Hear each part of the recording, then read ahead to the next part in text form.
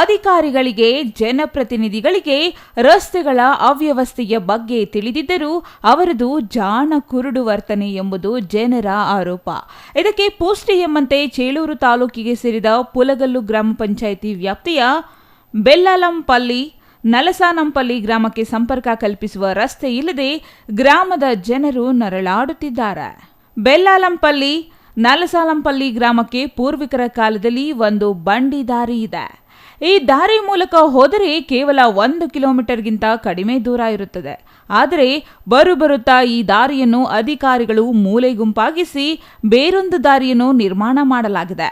ಇದರಿಂದ ಜನರು ಸುತ್ತಿಕೊಂಡು ಸುಮಾರು 2 ಕಿಲೋಮೀಟರ್ ದೂರ ನಡೆಯುವಂತಾಗಿದೆ. ಅದು ಮಣ್ಣಿನಿಂದ ಕೂಡಿದೆ.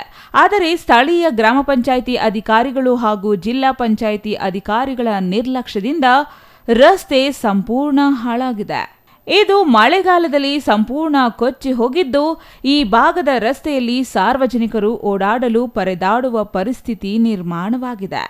ಗ್ರಾಮದಲ್ಲಿ ಸುಮಾರು 1,000ಕ್ಕೂ ಹೆಚ್ಚು ಜನಸಂಖ್ಯೆ ಇದೆ. ಬಹುತೇಕ ಕುಟುಂಬಗಳು ಕೃಷಿಯನ್ನೇ ಅವಲಂಬಿಸಿವೆ. ಗ್ರಾಮದಲ್ಲಿ ಸಂಪರ್ಕ ಚರಂಡಿಗಳು, ಸ್ವಚ್ಛತೆ, ಕುಡಿಯುವ ನೀರು, ರಸ್ತೆ ಅಷ್ಟಕ್ಕಷ್ಟೇ. ಈ ಗ್ರಾಮದಿಂದ ಪೋಲ್ಲಗಲ್ಲು ಗ್ರಾಮ ಪಂಚಾಯಿತಿಗೆ 2 ಗ್ರಾಮ ಪಂಚಾಯಿತಿ ಸದಸ್ಯರು ಆಯ್ಕೆಯಾಗಿದ್ದಾರೆ. ಆದರೆ ಈ ಗ್ರಾಮ ಕನಿಷ್ಠ ಮೂಲಭೂತ ಸೌಕರ್ಯಗಳು ಸಿಗದೆ ಗ್ರಾಮಸ್ಥರು ಪರದಾಡುವಂತಾಗಿದೆ.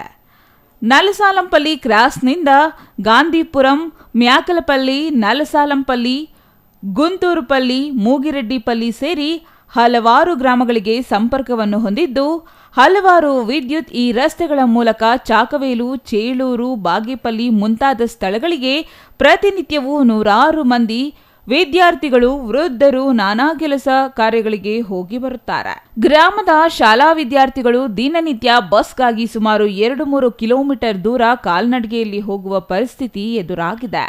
ಇನ್ನು ಈ ಗ್ರಾಮದ ರೈತರು ತಮ್ಮ ಜಮೀನುಗಳಿಗೆ ತೆರಳಲು ಇದುವರೆಗೂ ಸರಿಯಾಗಿ ರಸ್ತೆ ಇಲ್ಲ. ಕಲ್ಲು ಮಣ್ಣಿನಿಂದ ಕೂಡಿದ ರಸ್ತೆಯಿಂದಾಗಿ ರೈತರು ಜಮೀನುಗಳಿಗೆ ಹೋಗಿ ಬರಲು ಪ್ರಯಾಸ ಪಡಬೇಕಾಗಿದೆ. ಗ್ರಾಮದಲ್ಲಿ ಅವೈಜ್ಞಾನಿಕ ರಸ್ತೆಗಳ ನಿರ್ಮಾಣ ಮಾಡಿದ್ದು ಚರಂಡಿಗಳನ್ನು ನಿರ್ಮಿಸಿಲ್ಲ.